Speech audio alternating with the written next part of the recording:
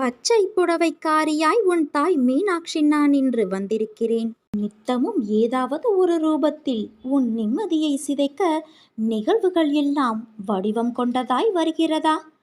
திக்கு தெரியாத அகண்ட இருள் சூழ்ந்த காட்டில் நின்றால் கூட பரவாயில்லை. ஆனால் என் நிலைமை கடலில் திக்கு தெரியாமல் நிற்கின்றேன். இறங்கினால் தண்ணீரில் தத்தளிக்க வேண்டும். படகில் நின்றால் அடிக்கும் காற்று நிலை தடுமாற செய்கிறது என்ற வேதனைகளையெல்லாம் நீ உணர்கிறாயா? வாழ்வில் சிலர் தன் கர்மத்தின் கடன் பாக்கியை வைத்துக்கொண்டே மறுபிறவி என்று செல்வார்கள். ஆனால் உனக்கு நான் இந்த பிறவியில் எல்லா கடனையும் அடைத்துவிட்டு என் ரூபத்தில் உன்னை பொறுத்த இத்தனையும் செய்கிறேன். தண்ணீர் கழுத்தளவு வந்தபோது கூட மனம் தளராமல் இருந்த உன்னை மூக்கில் மூச்சு முட்டும் வரை உள்ள அளவில் தண்ணீரில் பரிதவிக்க எப்படி விடுவேன்? வழியை காண்பிக்கிற உன் அன்னையான நான் எப்படி விடை தராமல் இருப்பேன்?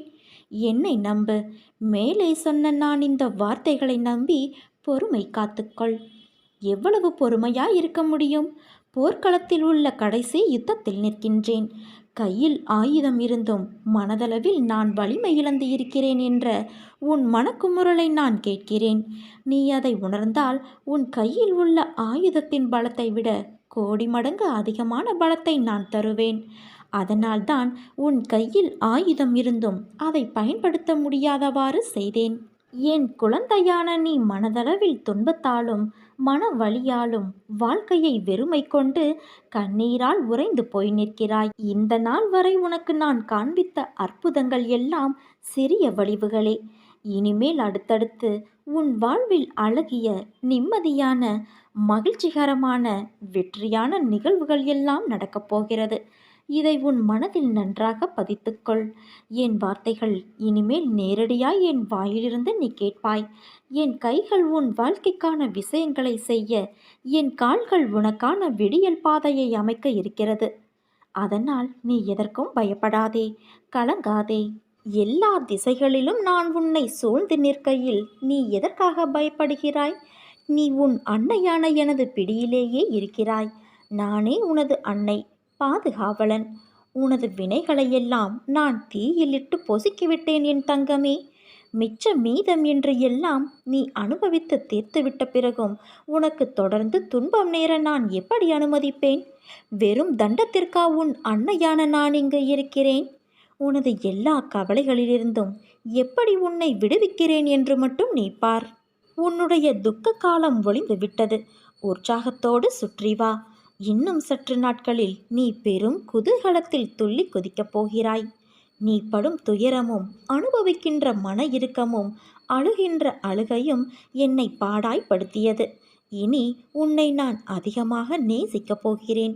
இதுவரை உனக்கு நடந்த கெடுபலன்களை மாற்றி அமைக்கப் போகிறேன். நீ புத்திசாலியாக இருந்து உன் குடும்பத்தை கட்டி எழுப்பு. உன்னால் மட்டுமே இழந்து போன அனைத்தையும் மீட்டு வர முடியும். இனிமேல் உன் அன்னையான நான் உன்னை கண்கலங்க வைக்க மாட்டேன் என் செல்வமே. என்னிடம் நீ எதிர்பார்த்த காரியம் நிறைவேறப் போகிறது. நான் உன் வாழ்வில் இருக்கும்போது மற்றவர்களை எப்படி முடிவெடுக்க அனுமதிப்பேன்? அவர்கள் என்ன வேண்டுமானாலும் செய்யட்டும்.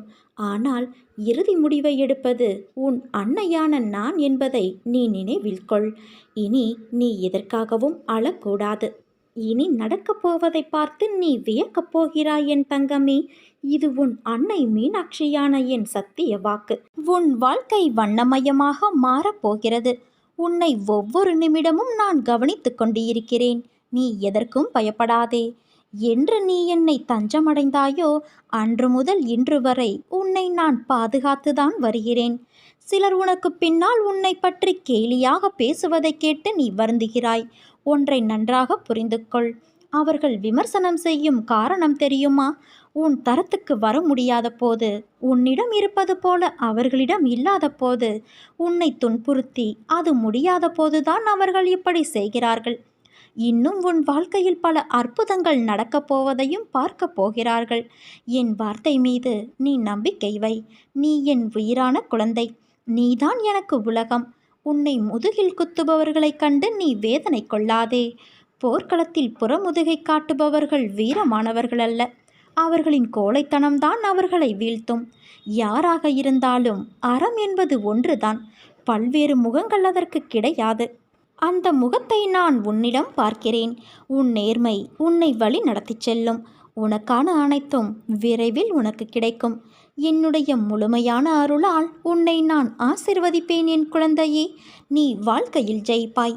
உனக்கான சந்தோஷம் உன்னை தேடி வரும். நீ என்னை நினைக்கும்போது உனக்குள் ஒரு சிலிர்த்த உணர்வை அது ஏற்படுத்தும். அதுதான் நீ என்மேல் கொண்ட உண்மையான அன்பின் வெளிப்பாடு. என்ன குழந்தையே, சௌக்கியமா? என் சௌக்கியத்தை நீதான் பார்த்து கொண்டு இருக்கிறாயே அம்மா என்கிறாயா? எனக்கு மட்டும் ஏன் இந்த கஷ்டம்? பலவித பிரச்சனைகள் சூழ்ந்து கொள்ள இரவு முழுவதும் அழுது புலம்புகிறேனே. எத்தனை காலம்தான் இந்த துன்பமும் துயரமும்? இதற்கு விடிவே இல்லையா என்று ஆதங்கத்தோடு நீ என்னை கடிந்து கொள்கிறாய். சில சமயங்களில் தற்கொலை செய்து கொள்ளலாமா எனவும் நினைக்கிறாய். உன் மனவேதனைகள் ஒன்று சேர்ந்து உனக்கு சோர்வை தருகிறது. உன் முகம் வாட்டமாகிவிடுகிறது. உன் குறைகளை நீ அடுத்தவரிடம் சொல்ல நினைக்கின்றாய். சொல்ல முடியாது தவிக்கிறாய். சில சமயம் சொல்லியும் புலம்புகிறாய். உதவிக்கு யாரும் இல்லை, புரிந்து கொள்வார் யாரும் இல்லை என்று நீ ஆதங்கப்படுகிறாய். உதவிக்கும் புரிந்து கொள்வதற்கும் உன் அன்னையான நான் இருக்கிறேன். ஒன்றை நினைவில் வைத்துக்கொள். தாங்க முடியாத கஷ்டத்தை என் குழந்தைகளுக்கு நான் ஒருபோதும் தருவது கிடையாது. தன் மகன் கண்ணீரும் கம்பளையுமாக நிற்கும்போது, தன் மகன் நிர்கதியாக அழும்போது எந்த அன்னையாவது மகிழ்வாளா? உன்னில் நானும் அழுகின்றேன். தைரியமாக போ. எதையும் தாங்கிப்பார். வாழ்ந்து விடலாம். இந்த அன்னை உன் பின்னாலும் உனக்கு முன்னாலும் பக்கவாட்டிலும் சூழ்ந்து கொண்டு உடன் வருகிறேன் என்பதை நினைவில் கொண்டு என் பெயரை உச்சரித்து வா. அனைத்தும் சுபமாக முடியும். நீ அதிகமாக கவலைப்பட்டு கொண்டு இருக்கும் விஷயத்தில் விரைவில் தீர்வு கிடைக்கப் போகிறது. என்றும் எதற்காகவும் முன்வைத்த காலை நீ பின் வைக்காதே. அடுத்தவனை நாடி நிற்காதே. உன் குறைகளை மற்றவர்களிடத்தில் பகிர்ந்து கொள்ளாதே. யாரிடமும் வாக்குவாதம் செய்யாதே. முயற்சி செய்து கொண்டே இரு. வாழ்க்கையில் மேடு பள்ளம், இன்பம், துன்பம், துயரம் இவைகள் இல்லாமல் இருக்காது. இவைகளை கடந்து வந்தால்தான் நீ வாழும் வாழ்க்கைக்கு நிரந்தர வழி பிறக்கும். போதும் என்ற மனம் வேண்டும். மனதை கட்டுப்படுத்த முடியாது. ஆனால் என்னிடத்தில் நீ ஐக்கியமாகிவிட்டால் மனதை கட்டுப்படுத்த முடியும். நீ நினைப்பது என்ன தெரியுமா? நான் தான் உன்னை தேடி வந்திருக்கிறேன். அப்படி இருந்தும் எனக்கு என்ன வழி? எப்போது தீரும்? இப்படியே தான் கடைசி வரை நான் அனுபவிக்க வேண்டுமா என்று புலம்புகிறாய். நீ என்னை தேடி வரவில்லை. நான் உன்னை வரவழைத்தேன். உன்னையும் மற்றவர்கள் மத்தியில் பெரும் செல்வந்தனாக உயர்த்துவதற்காக வரவழைத்தேன். வெறுத்தவர்கள் வியக்கும் வண்ணம் நீ விரும்பிய வாழ்க்கையை உனக்கு நான் அளிக்கப் போகிறேன். பெயர், புகழ், செல்வாக்கு, அந்தஸ்து, லட்சியம் இவை அனைத்திலும் நீ வெற்றி பெறப்போகிறாய். நான் நடத்தி காட்டுவேன் குழந்தையே. நீ எனது செல்ல பிள்ளை. உன்னை நான் தேர்ந்தெடுத்துள்ளேன். உன் கர்ம பலன்களின் வீரியம் குறையும் தருணத்தில் உன் கை ஓங்கப் போகிறது.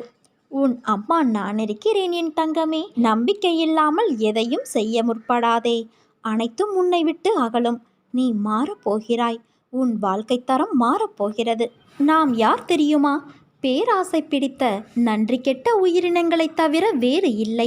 நமக்கு தெரிந்தது எல்லாம் கேட்பதும் கெஞ்சுவதும் மன்றாடுவதும் தான். நம் விருப்பம் நிறைவேறியதும் ஒரு சில நன்றி வார்த்தைகளை கூறிவிட்டு நகர்ந்து விடுவோம். ஆனால் உனது இரக்கமுள்ள கருணையுள்ள அன்னையான நான் என் பக்தர்களை கைவிடுவதே இல்லை. நான் உன் வாழ்வின் சக்தி. நீ வாழ்வதற்கான காரணம் நான். நானின்றி நீ ஒன்றுமே இல்லை. ஒவ்வொரு நாளையும் நன்றியோடு கூடிய தூய்மையான ஒரு பிரார்த்தனையோடு தொடங்கி அதிலேயே முடிக்கவும் வேண்டும். ஒவ்வொரு நாளும் ஒவ்வொரு கணமும் நான் உன் மீது காட்டும் சிறிய பெரிய கருணைக்காக நன்றி சொல்.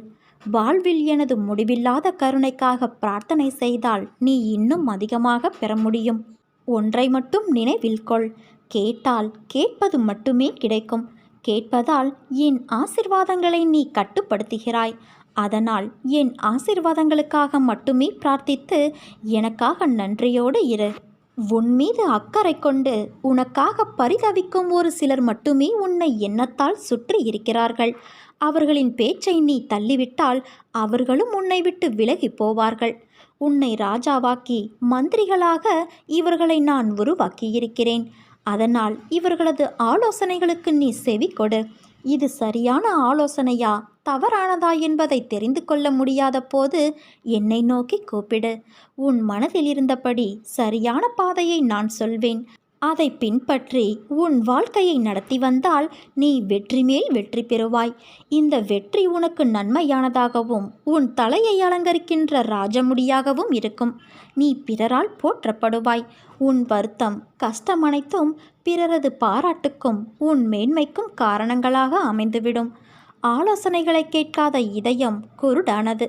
அவர்களை திருத்த மகாதேவன் வந்தாலும் முடியாது. சில நேரம் உன்னை உனது நம்பிக்கையின் எல்லை வரை அழைத்துச் சென்று கைவிடுவதைப் போல நான் செய்வேன். அந்த நிலையிலும் நீ என் மீது நம்பிக்கையாக இருக்க வேண்டும். அன்னையே, நான் பிழைத்தாலும் பிழைக்காமல் போனாலும் உன் மீது நம்பிக்கையோடு இருப்பேன். நீ எனக்கு செய்தாலும் செய்யாமல் போனாலும் நான் உன்னை நம்புவதிலிருந்து மாற மாட்டேன் என்று நீ உறுதியாக சொல்ல வேண்டும்.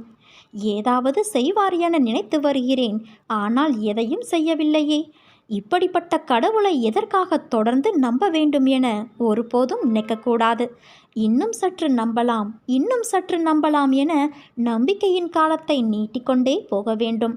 அப்போதுதான் உன் அன்னை உனக்கு தரும் அழிவில்லாத சுகத்தினை உன்னால் பெற்றுக்கொள்ள முடியும். அதேபோல குருவின் வார்த்தையை செயல்படுத்துவதற்கு உனது முழுமையான சக்தியை நீ பிரயோகப்படுத்த வேண்டும். துன்பங்கள் உன் அருகில் நெருங்க நெருங்க நீ உன் கர்மாவை கழித்து கொண்டே வருகிறாய். அப்படித்தான் உன்னை நான் பார்க்கும் நேரத்தையும் உணர்ந்தாய்.